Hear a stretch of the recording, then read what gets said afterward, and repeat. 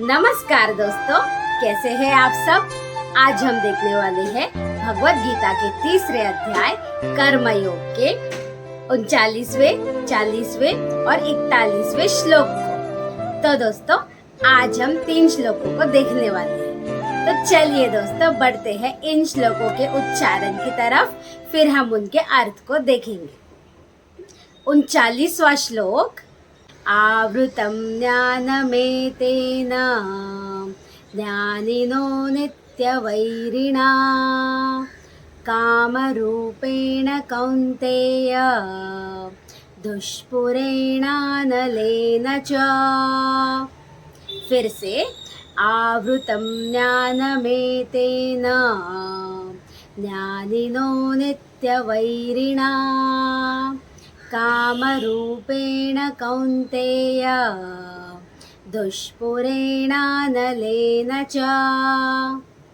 अब दोस्तों, चलिए बढ़ते हैं 40वें श्लोक की तरफ। इंद्रियाणि मनोबुद्धिः अस्याधिष्ठानमुच्यते एतैर्विमोहयत्येष ज्ञानमावृत्य देहिनम्।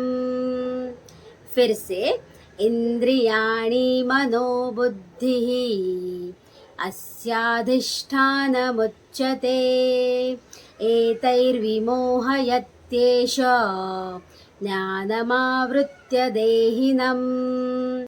अब दोस्तों, चलिए बढ़ते हैं 41वें श्लोक की तरफ। तस्मात् त्वमिन्द्रियाण्यादौ नियम्य भरतर्षभ पाप्मानं प्रजहीयेनं ज्ञानविज्ञाननाशनम्। फिर से, तस्मात् त्वमिन्द्रियाण्यादौ नियम्य भरतर्षभ पाप्मानं प्रजहीयेनं ज्ञानविज्ञाननाशनम्। अब दोस्तों, चलिए बढ़ते हैं इन श्लोकों के अर्थ की तरफ। आवृतं ज्ञानमेतेन ढक देती है शुद्ध चेतना को इस तरह से। ज्ञानिनो नित्यवैरिणा, किसी भी ज्ञानी मनुष्य की चेतना को एक नित्य शत्रु की तरह। काम रूपेण कौन्तेय, यह काम रूपी इच्छाएं, डिजायर्स। हे कौन्तेय, हे कुंती पुत्र अर्जुन, दुष्पुरेणानलेन च, कभी भी संतुष्ट ना होने वाली अग्नि के जैसे। दोस्तों, इस श्लोक का अर्थ बहुत ही सुंदर है।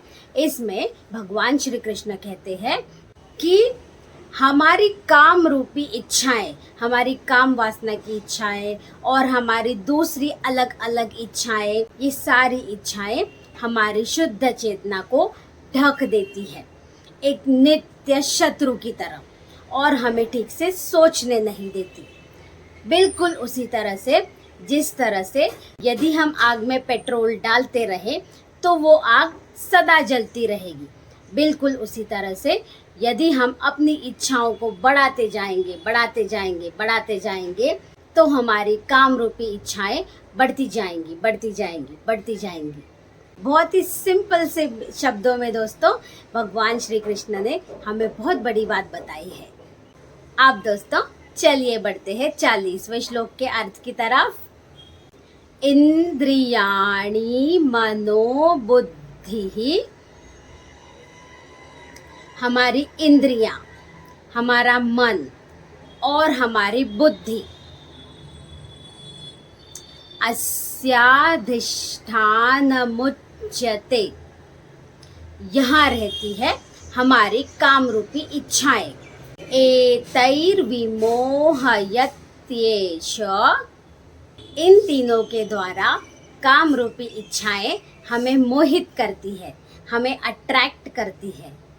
ज्ञानमावृत्य देहिनम, और ज्ञान को ढक देती है किसी भी देह रूपी जीव के। तो दोस्तों, इस श्लोक में भगवान श्री कृष्ण हमें काम रूपी इच्छाओं के निवास स्थान की जगह बता रहे हैं।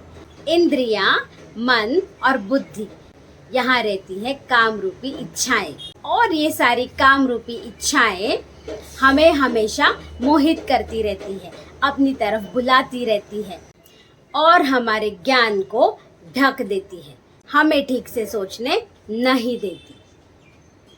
अब दोस्तों चलिए बढ़ते हैं 41वें श्लोक के अर्थ की तरफ। तस्मात् त्वनिन्द्रियाण्यादौ, थोड़ा डिफिकल्ट वर्ड है दोस्तों, आप प्रैक्टिस करेंगे तो आपको आ जाएगा।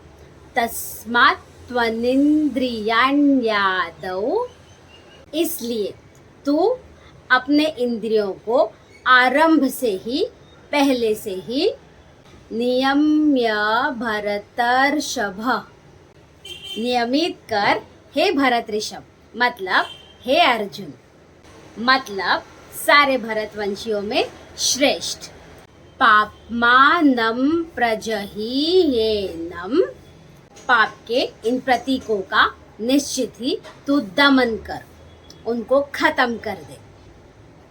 ज्ञान विज्ञान नाशनम, जिनकी वजह से ज्ञान और विज्ञान का नाश होता है।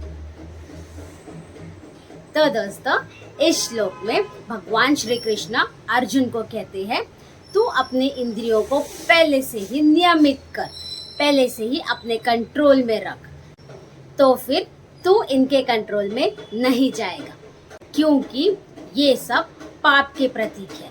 तू इनका दमन कर, इनको खत्म कर, क्योंकि ये ज्ञान और विज्ञान का नाश कर देते हैं, हमारी सोचने समझने की क्षमता को खत्म कर देते हैं और हमें आत्म साक्षात्कार करने नहीं देते। दोस्तों हमें तो यहाँ पर किसी भी इंस्पिरेशनल बुक की कोई भी जरूरत नहीं है, इन तीनों श्लोकों ने हमें काफी कुछ सिखा दिया है। इसीलिए दोस्तों मैं हमेशा कहती हूँ भगवत गीता को नित्य पढ़िए, रोज पढ़िए, उनके श्लोकों को समझकर अपने आचरण में लाने की कोशिश कीजिए, आपको अपनी जिंदगी में फर्क जरूर दिखाई देगा।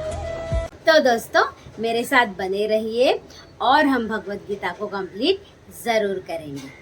यहाँ तक देखने के लिए और मेरे साथ बने रहने के लिए धन्यवाद।